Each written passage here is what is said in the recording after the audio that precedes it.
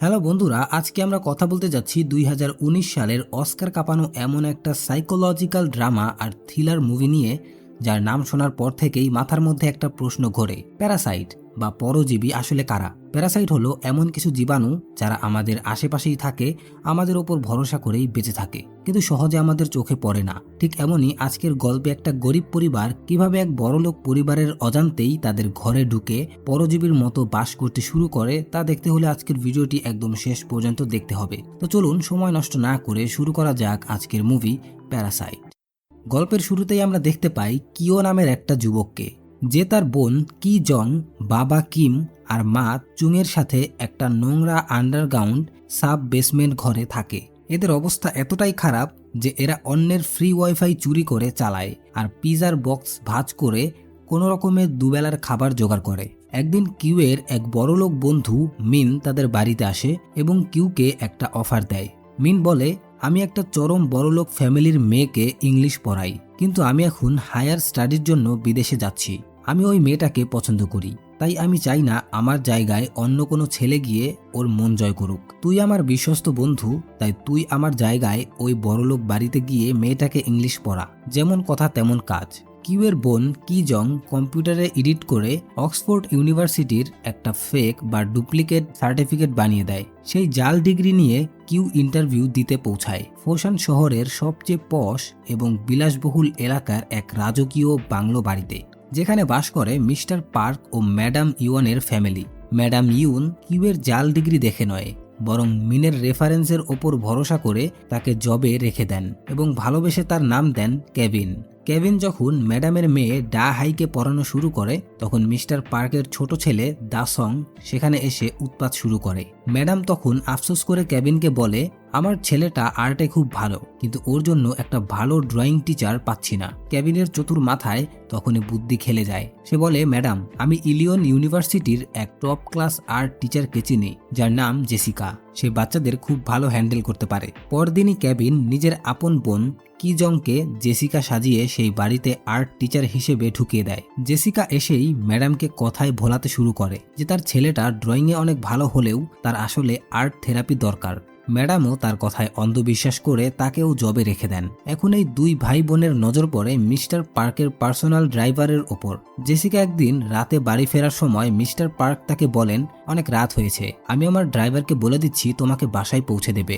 যাওয়ার সময় জেসিকা ড্রাইভারকে বলে যে তুমি আমাকে মেট্রো স্টেশনে নামিয়ে দাও, আর সে লুকিয়ে মিস্টার পার্কের মার্সিডিজ গাড়ির ব্যাক সিটের নিচে নিজের আন্ডারগার্মেন্টস লুকিয়ে রেখে দেয়। পরদিন মিস্টার পার্ক ওটা খুঁজে পান এবং নিজের স্ত্রীর সাথে ডিসকাস করে যে নিশ্চয়ই ড্রাইভার গাড়ির ভেতরে কোনো মেয়ের সাথে নোংরামি করেছে।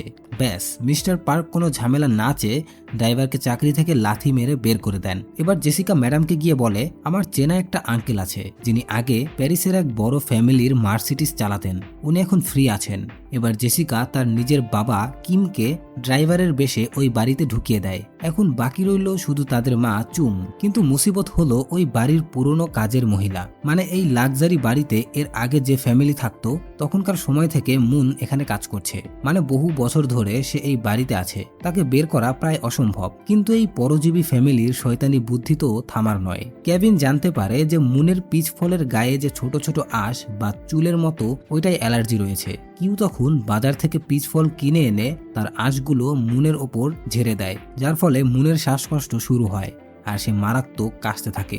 সুযোগ বুঝে কিম মুনের কাশির ছবি তুলে ম্যাডামের কাছে ভাঙাতে শুরু করে যে, ম্যাডাম, আপনার কাজের মহিলার তো যক্ষা বা টিবি রয়েছে, আপনার ছোট বাচ্চার ইনফেকশন হতে পারে। একবার মুন টিস্যু ব্যবহার করে ডাস্টবিনে ফেললে কিম সেটার ওপর লাল রং ছিটিয়ে দেয় আর ম্যাডামকে দেখায় যে, দেখুন ম্যাডাম, ওর মুখ দিয়ে রক্ত বের হচ্ছে।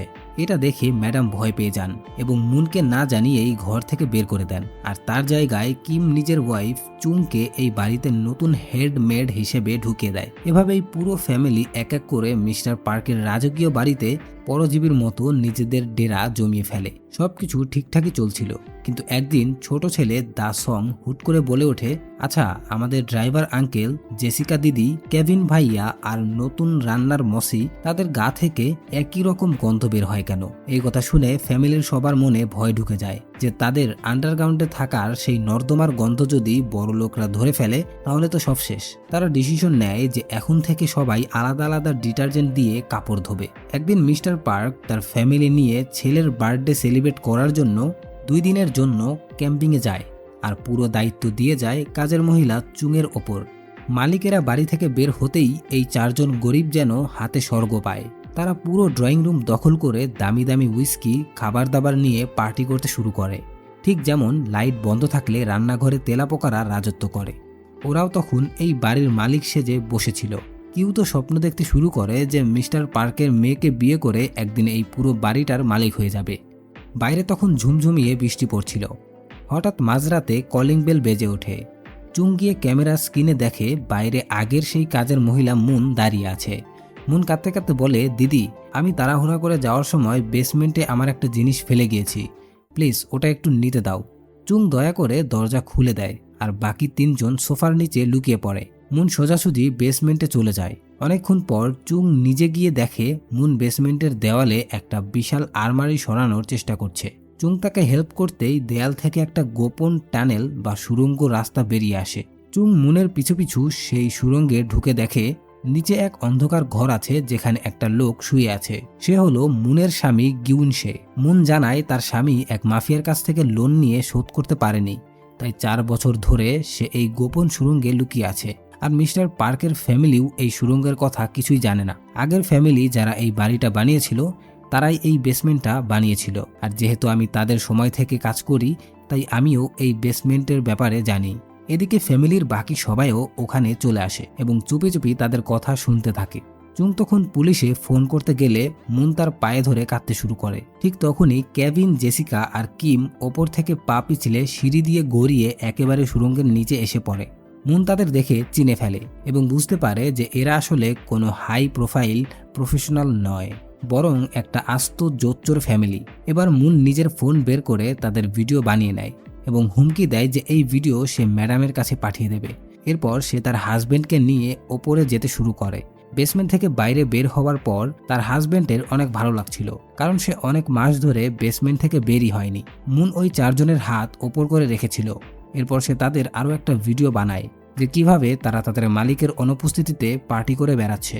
তখন মুনের স্বামী বলে, শালা, আমিও এখানে বেসমেন্টে লুকিয়েছিলাম, আর যখন সুযোগ পেতাম তখন উপরে উঠে খাবার চুরি করে খেতাম, কিন্তু কখনো কোনো জিনিস নষ্ট করিনি। এরই মধ্যে তারা ফোন ছিনিয়ে নেওয়ার চেষ্টা করে। তাদের সবার মধ্যে অনেক হাতাপাই হয়। মুন মদের বোতল দিয়ে তাদের সবাইকে পেটাতে শুরু করে, কিন্তু তখনই জেসিকা গিয়ে ফ্রিজ থেকে পিচ ফল নিয়ে আসে আর সবগুলো তার উপর ছেড়ে দেয়। এরই মধ্যে কেভিন তাদের ফোনটা হাতে পেয়ে 2টা ভিডিওই ডিলিট করে দেয়। ঠিক তখনই ল্যান্ড ফোনে কল আসে। ম্যাডাম ফোন করে জানান, বাইরে প্রচণ্ড বৃষ্টির কারণে ক্যাম্পিং ক্যান্সেল হয়েছে, আমরা আর 8 মিনিটের মধ্যে বাড়ি ফিরছি, তুমি জলদি আমাদের জন্য রামডন লুডুস রান্না করে রাখো। এই কথা শুনে পুরো ফ্যামিলির পায়ের নিচ থেকে মাটি সরে যায়। লাইট জ্বললে তেলাপোকা যেমন চারদিকে ছুটে পালায়, এরাও তেমনি মাত্র 8 মিনিটে পুরো ঘর সাফ করে সোফার নিচে আর টেবিলের নিচে লুকিয়ে পড়ে। মিস্টার পার্কের ফ্যামিলি ঘরে ফেরে। সেই রাতে ছোট ছেলে দাসং ঘরের বাইরে বাগানে নিজের একটা তাঁবু খাটিয়ে ওখানে শোয়ার জেদ করে। মিস্টার পার্ক আর ম্যাডাম তখন ড্রয়িং রুমে সোফায় শুয়ে পড়েন। তার ঠিক নিচেই টেবিলের তলায় কিউ, জেসিকা আর কিম দম বন্ধ করে লুকিয়েছিল। সোফায় শুয়ে শুয়ে মিস্টার পার্ক তার ওয়াইফকে বলেন, আমাদের নতুন ড্রাইভার কিমের গা থেকে কেমন যেন একটা অদ্ভুত গন্ধ আসে, ঠিক যেন বাসি সেদ্ধ মূলা বা বস্তির লোকজনের গা থেকে যেমন গন্ধ বের হয় একদম তেমন, আর আমি সেই গন্ধটা এখনো কেমন যেন পাচ্ছি। টেবিলের নিচে শুয়ে নিজের এই চরম অপমান কিম কোনোভাবেই মেনে নিতে পারছিল না। কথাগুলো তীরের মতো তার বুকে গিয়ে লাগছিল। মাঝরাতে যখন মিস্টার পার্করা ঘুমিয়ে পড়েন তখন এই 3 জন চোরের মতো হামাগুড়ি দিয়ে ওখান থেকে বের হয়ে নিজের বাড়ির দিকে দৌড়াতে শুরু করে। বাইরে তখন মেঘ ভাঙা বৃষ্টি। বড়লোকদের জন্য এই বৃষ্টি রোমান্টিক হলেও গরিবদের জন্য তা ছিল অভিশাপ। কিমের সেই আন্ডারগ্রাউন্ড বস্তির বাড়ি ততক্ষণে নোংরা নর্দমার পানিতে পুরো ডুবে গেছে। কমোডের ওপরে বসে জেসিকা যখন সিগারেট খাচ্ছিল তখন নোংরা পানি চারদিক দিয়ে উপচে পড়ছিল। ঘরবাড়ি হারিয়ে তারা সেই রাতটা অন্য সব রিফিউজিদের সাথে একটা সরকারি রিলিফ ক্যাম্পে কাটায়। স্বর্গের সুখ ভোগ করতে গিয়ে তারা নিজেদের নরকের আশ্রয়টুকুও হারিয়ে ফেলে। এদিকে সেই সুড়ঙ্গে মুনের স্বামী গিউনশে দেখতে পায় যে তার স্ত্রী মাথায় চোট পাওয়ার কারণে তার চোখের সামনেই বমি করতে করতে মারা গেছে। নিজের স্ত্রীর এই মৃত্যু দেখে সে পুরো পাগল হয়ে যায়। সে দড়ি ছিঁড়ে ওখান থেকে বের হয় এবং দেয়ালে থাকা লাইট সুইচের মাধ্যমে মোর্স কোড ওপরের দিকে অন অফ করে সিগন্যাল পাঠাতে থাকে, যদিও ওপরের বড়লোকেরা এই ভাষা বুঝতো না। পরদিন সকালে ম্যাডাম ইউন হুট করে রিলিফ ক্যাম্পে থাকা জেসিকা, কিউ আর কিমকে ফোন করে বলেন, আজ আমার ছোট ছেলের বার্থডে পার্টি, তোমরা সবাই জলদি ভালো জামা কাপড় পরে আমাদের বাড়িতে চলে আসো। নিজের ঘর বাড়ি হারিয়ে বুক ভাঙা ক্ষোভ আর ক্লান্তি নিয়ে এই ফ্যামিলিটা আবার পার্কদের বাড়িতে পার্টিতে যোগ দেয়। কিউয়ের মাথায় তখন অন্য কিছু চলছিল। সে তার বন্ধুর কাছ থেকে উপহার পাওয়া ল্যান্ডস্কেপ পাথরটা নিয়ে আবার বেসমেন্টের সুড়ঙ্গে ঢোকে, যাতে মুনের স্বামীকে চিরকালের মতো খতম করে দেওয়া যায়। কিন্তু নিচে নামতেই পাগল হয়ে যাওয়া গিউনশে কিউয়ের ওপর অ্যাটাক করে এবং ওই পাথরটা দিয়েই কিউয়ের মাথা থেতলে দেয়। এরপর গিউনশে রান্নাঘর থেকে একটা বড় ছুরি নিয়ে সোজা বাইরে জন্মদিনের পার্টিতে গিয়ে হাজির হয়, যেখানে সে জেসিকার বুকে সোজা ছুরি চালিয়ে দেয়। চারদিকে চিৎকার আর রক্ত গঙ্গা বয়ে যায়।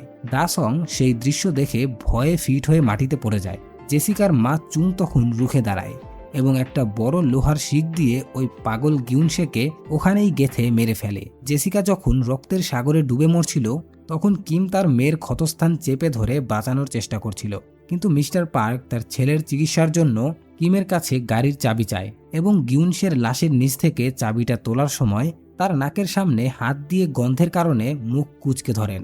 মিস্টার পার্কের এই নাক কুঁচকানো আর তাদের গরিবের গন্ধকে ঘৃণা করার রূপ দেখে কিম নিজের সমস্ত মানসিক নিয়ন্ত্রণ হারিয়ে ফেলে। সে ছুরিটা তুলে মিস্টার পার্কের বুকেই সোজা বসিয়ে দেয়। মিস্টার পার্ক ওখানেই মারা যান আর কিমও ওই হট্টগোলের মধ্যে ওখান থেকে পালিয়ে যায়। কয়েকদিন পর কিউ যখন হসপিটালে চোখ খোলে, তখন তার ব্রেন অপারেশনের কারণে সে মানসিকভাবে একটু অসুস্থ হয়ে পড়েছিল। আদালত কিউ আর তার মা চুংকে প্রবেশনে ছেড়ে দেয়। কিউ জানতে পারে তার বোন জেসিকা মারা গেছে এবং তার বাবার কোনো খোঁজ নেই। কিউ একদিন দূরে পাহাড় থেকে মিস্টার পার্কের সেই পুরনো বাড়ির দিকে টেলিস্কোপ দিয়ে তাকাচ্ছিল, যেখানে এখন এক নতুন বিদেশি ফ্যামিলি এসে থাকতে শুরু করেছে। হঠাৎ কিউ লক্ষ্য করে যে রাতের বেলা ওই বাড়ির একটা লাইট বারবার মোর্স কোড অন অফ হচ্ছে। কিউ যখন সেই কোডটা ডিকোড করে, তখন সে কান্নায় ভেঙে পড়ে। সে বুঝতে পারে যে তার বাবা কিম আসলে কোথাও পালিয়ে যায়নি।